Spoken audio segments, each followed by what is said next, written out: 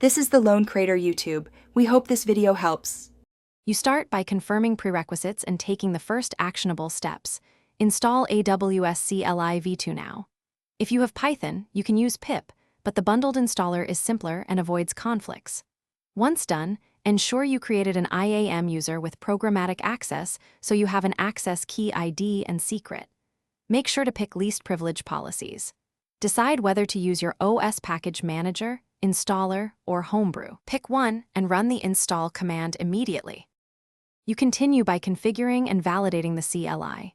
Run Oz configure and enter your access key, secret, default region, and output format.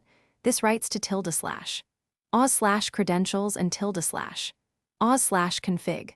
Once done, verify the config with Oz SDS get caller identity to confirm the identity and permissions.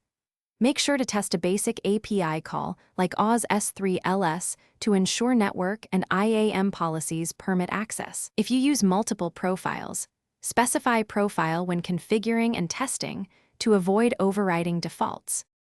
You finish by finalizing best practices and a key troubleshooting tip. Start using named profiles for different accounts and enable MFA where required.